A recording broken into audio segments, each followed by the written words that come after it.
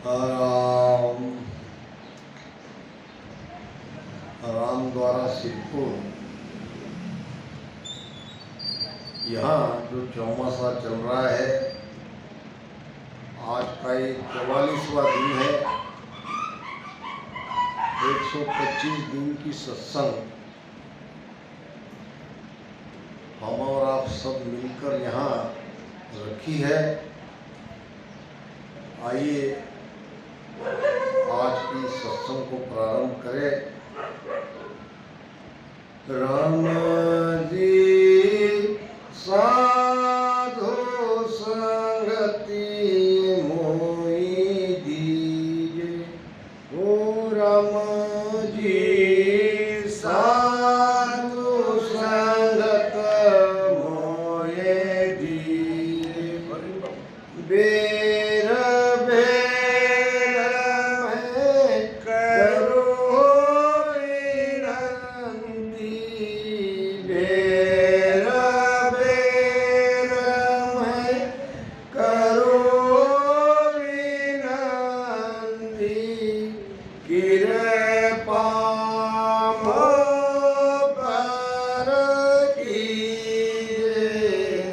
राम जी साधु संगत मोहि दीजे, ओ राम जी साधु संगत मोहि दीजे। साधु संगति ब्रह्मादिक वंशे, सनकादिक मुनि ज्ञानी, मेरे राम सनकादिक मुनि ज्ञानी।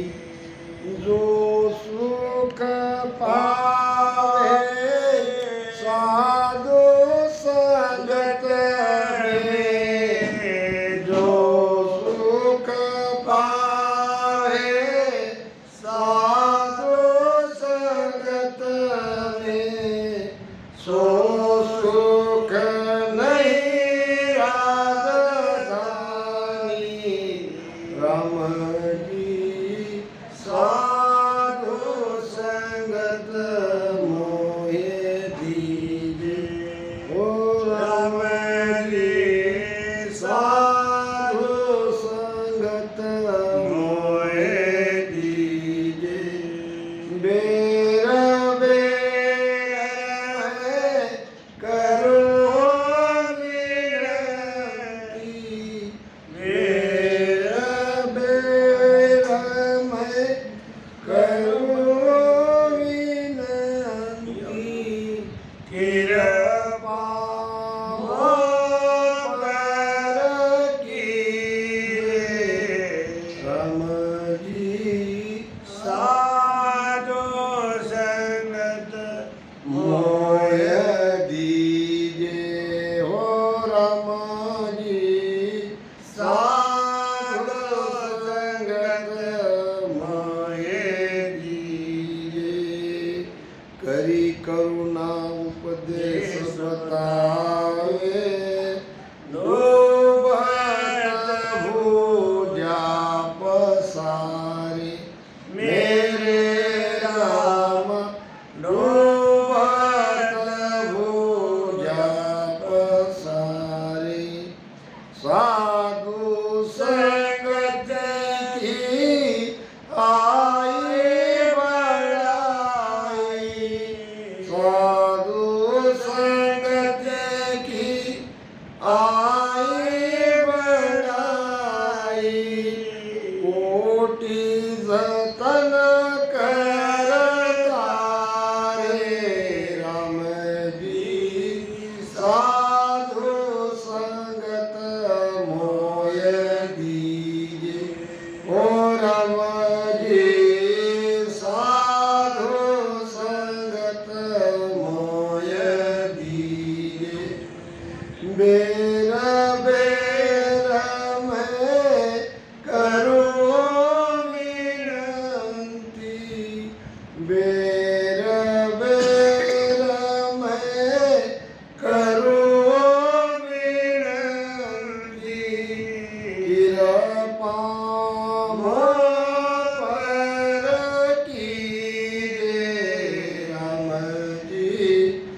साधु संगत मोहे दीजे।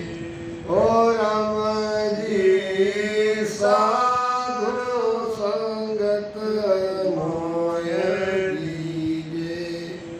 सदा आनंद रहा हृदय में, हरि आनंद में झूले मेरे राम। हरि आनंद में झूले। जारी संगत को कृपा कर, जारी संगत को कृपा कर। हिन भर राम न भूले, राम जी साधु संगत मोहे दीजे। ओ राम जी साधु संगत मोहे दीजे। बेर बेर मैं करूँ विनती, बेर बेर मैं करूँ विनती। कृपा मोह पर कीजे, राम जी साधु संगत मोहे दीजे। ओ राम जी साधु संगत मोहे दीजे। काम और क्रोध लोभ नहीं जारे, राम नाम मुख गावे मेरे राम। राम नाम मुख गावे। सूरदास की आई विनती, सूरदास की आई विनती। साधु संगत मन भावे, राम जी साधु संगत मोहे दीजे। हो राम जी साधु संगत मोहे दीजे। बेर बेर मैं करूँ विनती, बेर बेर मैं करूँ विनती। कृपा मोह पर कीजे, राम जी साधु संगत मोहे दीजे। ओ राम जी साधु संगत मोहे दीजे। राम राम राम राम। सीप भयो मोती भयो, कदली भयो कपूर। आहि मूक विष भयो, संगत राय गुण। सीप भयो मोती भयो,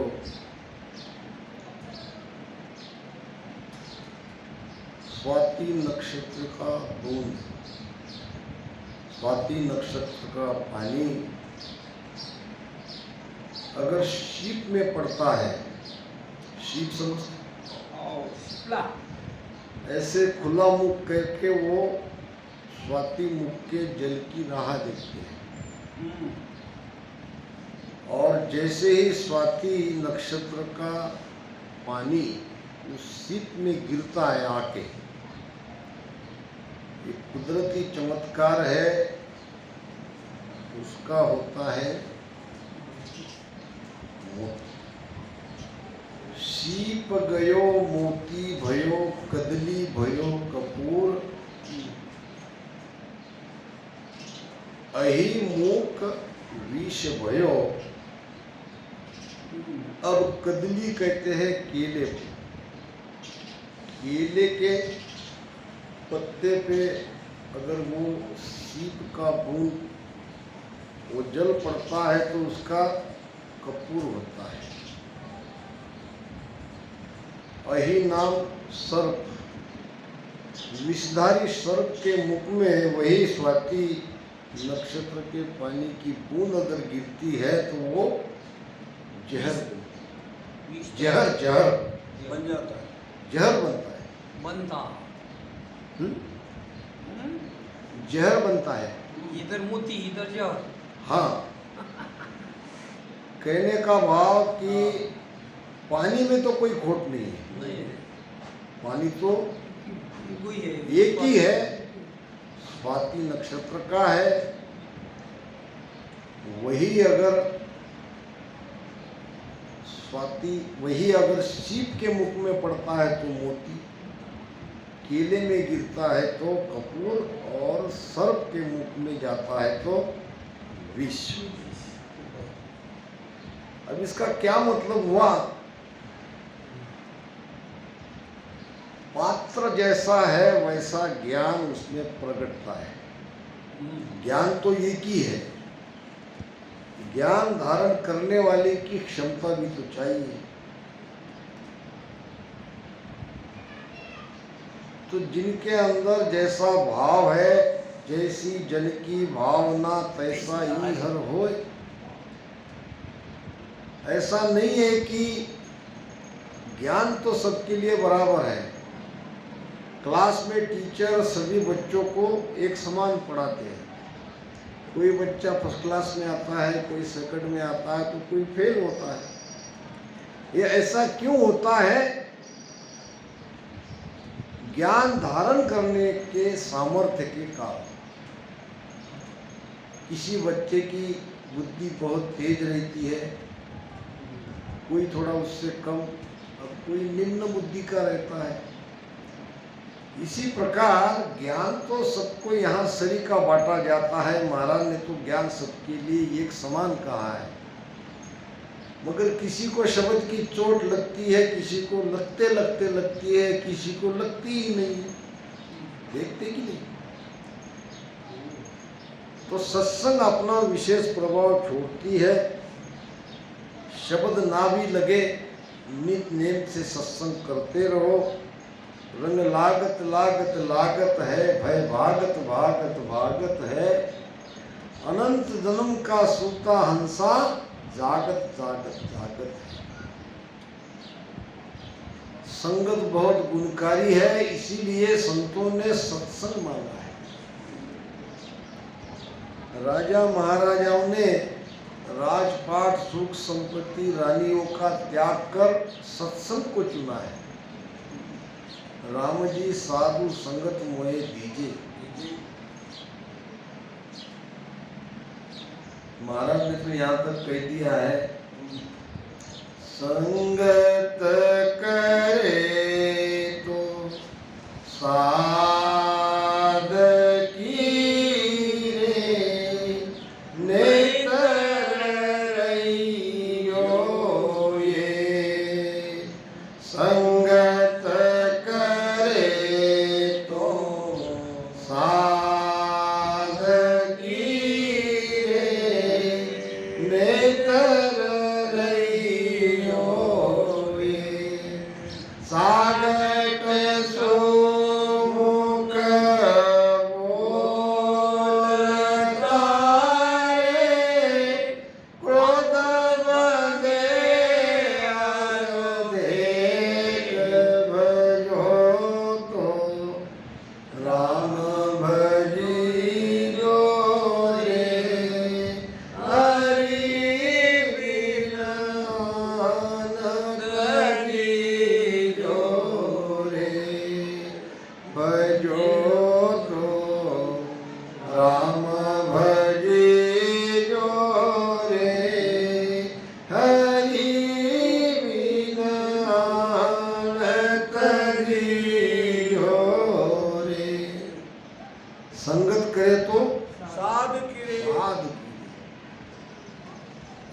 सत्संग करनी है तो साधु की करो, असाधु की संगत मत करो, कुसंग मत करो, क्योंकि वैसे भी कर्म का बोझ सिर पे बहुत बड़ा है और दोबारा कुसंग करके उस कर्म के भार को बढ़ाओ मत, कुसंग मत करो। अगर कुसंग ही कुसंग मिलती है तो अकेले रहो, कम से कम कुसंग के जो कुसंस्कार है या जो अवगुण है वो तो आपको नहीं मिलेगा। अकेले रहो और राम राम भजन करते रहो, यही सबसे लिए अच्छा है। अगर संगत नहीं मिलती है तो, संगत मिलती है तो उसके लिए आपको दूर भी जाना पड़े तो जाओ और सत्संग का लाभ लो, क्योंकि सत्संगत सब में शिरधारा। सर्वश्रेष्ठ इस संसार में क्या है तो सत्संग है। राम जी साधु संगत मोह दीजे, बेर बेर मैं करूँ विनंती कृपा मुँह पर कीजिए। परमात्मा से इतनी ही प्रार्थना सुखदास जी महाराज कर रहे हैं कि हे प्रभु दयालु, मुझ पर इतनी कृपा करो, मुझे साधु की सत्संग मिलती रहे। न कोई सुख चाहिए, न धन चाहिए, न कोई सम्मान चाहिए, चाहिए तो केवल सत्संग। अब यहाँ 125 दिन की सत्संग है, तो हमारे रामसनी कितने बड़भागी है, बिना प्रयास में एक जगह ही ये 125 दिन की सत्संग का लाभ मिल रहा है, जिसका 46वां दिन आज है। और केवल सत्संग नहीं, यहाँ सभी प्रकार की सुविधा है, रहने की, भोजन प्रसाद की। केवल आओ, सत्संग का लाभ लो, महाराज के ज्ञान को श्रवण करो, ध्यान सुमिरन भजन करो। ध्यान सुमिरन भजन में क्या आपको बाधाएं है, क्या कठिनाई है, वो पूछो। महाराज की कृपा से गुरु महाराज ही ये सारे शंका का समाधान कर सकते हैं। सत्संग का यही तो लाभ है। देखो सत्संग किस किस को नहीं मिलती है। सुतदारा और लक्ष्मी पापी के घर होए, सतसंगत और हरि कथा, तुलसी दुर्लभ होय राम जी, तुलसी दुर्लभ होय। सुतदारा और लक्ष्मी पापी के घर होए। सुत नाम बेटा, दारा नाम स्त्री पत्नी, लक्ष्मी नाम धन। ये तो पापियों के यहाँ भी है। पापी को केवल नहीं मिल सकती है तो सत्संग नहीं मिल सकता। पापी यहाँ तक नहीं आ सकता, उनके पाप उसे यहाँ तक नहीं आने देते, रोक देते हैं। कोई विशेष बात नहीं है, उनका बेटा है, उनको पत्नी है, उनके पास लक्ष्मी है। लक्ष्मी दो प्रकार की है। देखो मैं बताता हूँ, एक लक्ष्मी है सुलक्ष्मी, एक लक्ष्मी है कुलक्ष्मी। आप कहोगे ये क्या बात हुई, लक्ष्मी तो लक्ष्मी है, अब उसमें भी सुलक्ष्मी कुलक्ष्मी कैसे? देखो मैं बताता हूँ, महाराज ने भी बताया है। संतापे माया चढ़ी, सो तो चढ़ गई राम, बाकी का सुख राम कहे, दाम गया बेकाम। ये महाराज कह रहे हैं, संतापे माया चिड़ी। अगर ऐसे सत्ताधारी संत है जो अपनी सत्ता से शिष्य के घट में नाम की जागृति करा देते हैं, नियंचन को जगा देते हैं, ऐसे संतों के चरणों में अगर आप आपका कमाया हुआ धन रख देते हो तो ये सुलक्षणी है, क्योंकि ये पैसा अच्छे हाथ में जा रहा है, अच्छे जगह पे जा रहा है, अच्छे काम के लिए जा रहा है। संत तो कोई अपना जेब खर्च करने वाले नहीं है, वो तो कहीं कहीं सत्संग की व्यवस्था में ही लगाएंगे। तो ये अगर पैसा हमारे जाता है तो ये है सुलक्षणी। अब हम बाकी इधर उधर व्यवहार में अच्छे भले काम में लगाते हैं तो ये है सुलक्षणी। महाराज ने तो उसे बेकाम दाम कह दिया है, वो धन बेकाम कह दिया है। संतापे माया चिड़ी, संतापे यानी सत्संग में, अच्छे काम में, शुभ काम में और भूखे को रोटी खिलाने में, किसी की मदद करने में अगर आपका पैसा जाता है तो ये सुलक्षणी। और बाकी हम जो खर्चा कर रहे हैं इधर उधर व्यर्थ व्यसन में, जुगार में, जुए में, मटके में या और कहीं रुपया खर्च कर रहे हैं तो ये कुलक्षणी है। अब एक बार दोनों आई एक सेठ के पास, कौन? सुलक्षणी और कुलक्षणी। और उस सेठ जी को पूछा कि हम दोनों में श्रेष्ठ कौन है, बताओ। लक्ष्मी परीक्षा तो धनवान ही करेगा, सेठ ही करेगा। सेठ ने कहा ठीक है, अब मुझे आप बताने के लिए कह रही हो तो मैं बताता हूँ। आप ऐसा करो, आप तो दोनों बहने बहने ही हो, आप ऐसे दूर खड़ी रहो, 100 फीट 150 फीट दूर खड़ी रहो और मेरी तरफ आओ। सेठ जी बैठे रहे, सुलक्षणी कुलक्षणी दूर खड़ी रही और दोनों सेठ जी के तरफ आई। अब आ गई, आप बताओ, अब तुम वापस उसी जगह जाओ जहां से आई थी, वहां जाओ। जैसे कहा गया वैसे दोनों बहनें सुलक्षणी कुलक्षणी वापस उसी स्थान पर चली गई। अब सेठ जी ने कहा दोनों यहाँ आ जाओ।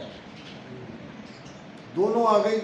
अब पूछो क्या पूछना चाहती हो कि हम दोनों में से बड़ी कौन? तो सेठ ने कहा सुलक्षणी आती हुई सबसे बड़ी है, आती हुई सबसे बड़ी है, और कुलक्षणी जाती हुई बड़ी है। कुलक्षणी जाती हुई बड़ी है।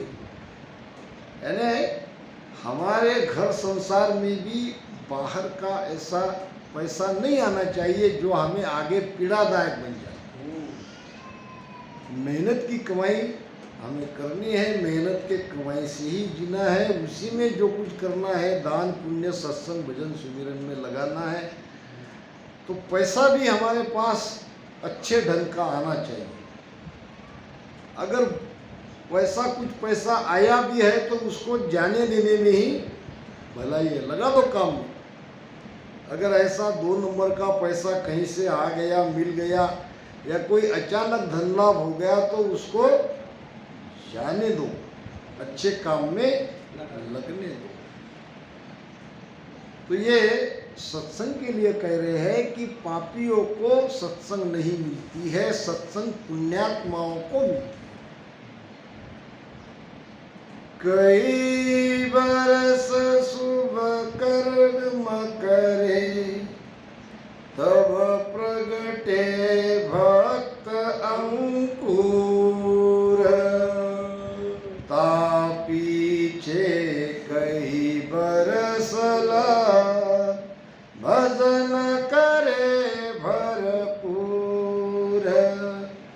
भजन करे भरपूर ज्ञान केवल घट आवे।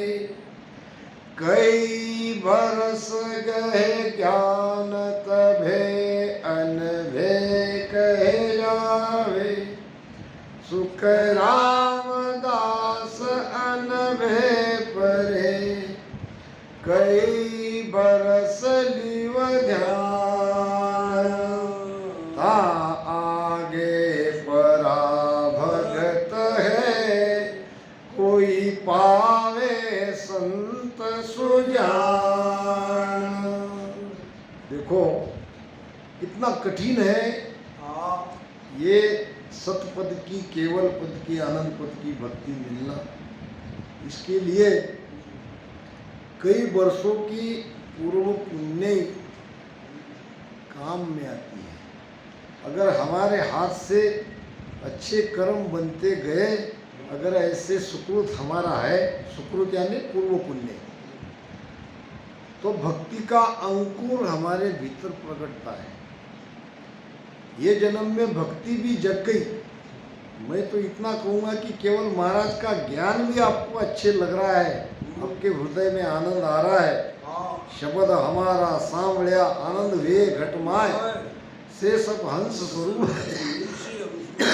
मिलसी हमसो आए। ये वचन सुनते जिसके घट में आनंद आता है, ये भी बड़भागी है, क्योंकि ये गुण करेगा, ये अंकुरित होगा। तो इसके लिए पूर्व पुण्य की आवश्यकता है, और जिसके अंदर वो है उनको ही ये भक्ति मिलती है। आप पीछे कई जन्म कई बरस लग भजन करे भरपूर। अब अंकुरित होने के बाद भी भजन भरपूर करना पड़ेगा। अब भजन करने के बाद फिर अनुभव आएगा, अनुभव के वचन सुनाएगा, और उसके पीछे भी भजन में लीव लगी रहेगी। फिर पराभक्ति में प्रवेश होगा। पराभक्ति का विषय हमारा चल ही रहा है, कुछ रेखता बाकी है, उस पर भी चर्चा कर लेंगे। ये भजन का अर्थ होने के बाद महाराज फरमाते हैं, बेर बेर मैं करूँ हो विनंती कृपा मुँह पर कीजिए। हे राम जी, मैं बार बार आपको विनती कर रहा हूँ, एक बार नहीं, बार बार विनती करता हूँ कि मुझ पर इतनी ही कृपा करो कि मुझे सत्संग मिलने दो। महाराज ने कहा है, आत्म का गुरु शिष्ट में ताके सन्मुख होए। अब आत्म का गुरु कौन है, और आत्म के गुरु के सन्मुख होना यानी क्या करना है। आत्म का गुरु है परमात्मा, आत्म का गुरु है परमात्मा। अब जिसने भीतर के परमात्मा को यानी आत्मा को अनुभव कर लिया, वो है हमारे लिए सत्ताधारी संत। उसके अंदर सत्ता आती है। ऐसे सत्ताधारी संत के शरण में अगर हम चले गए, आत्म का गुरु शिष्य में ताके सन्मुख होए। सन्मुख होना यानी क्या, केवल नाम नहीं लेना है, उनकी आज्ञा में रहना है। ताके सिर नहीं खून रहे ब्रह्म लग कहूँ तो। अब उनके सिर पर कोई दोष नहीं रहा इसका कर्म का, वो धीरे धीरे परमात्मा तक जाएगा। ब्रह्म लग कहूँ तो जन्म ऊंचो घर पा। अब अगला जन्म और ऊंचे परिवार में, बुद्ध प्रवीण धनपुर, वो बुद्धिमान बनेगा, बुद्धि में प्रवीण होगा, धन भरपूर उसके यहाँ होगा यानी पैसा होगा। बुद्ध प्रवीण धनपुर राव होए, राजा जैसा जीवन वो बिताएगा। और सुखराम कहे फिर दो जन्म सुख पावे कहूँ। ऐसा दूसरा जन्म मिलेगा, उसमें अगर मोक्ष नहीं हुआ तो और आगे इससे भी बढ़िया दो जन्म मिलेंगे, और आनंद पद में जाएंगे ही जाएंगे। एक बार ये शब्द आपके अंदर जग जाए, शब्द जगने के लिए आपको सत्संग सुननी पड़ेगी, ज्ञान को श्रवण करना पड़ेगा, भजन करना पड़ेगा, या ऐसे महापुरुष के शरण में जाना पड़ेगा जो अपनी सत्ता से आपके अंदर वो शक्ति, वो भजन, वो शब्द जगा दे। दोनों रीति है। तो महाराज ने यहाँ कहा है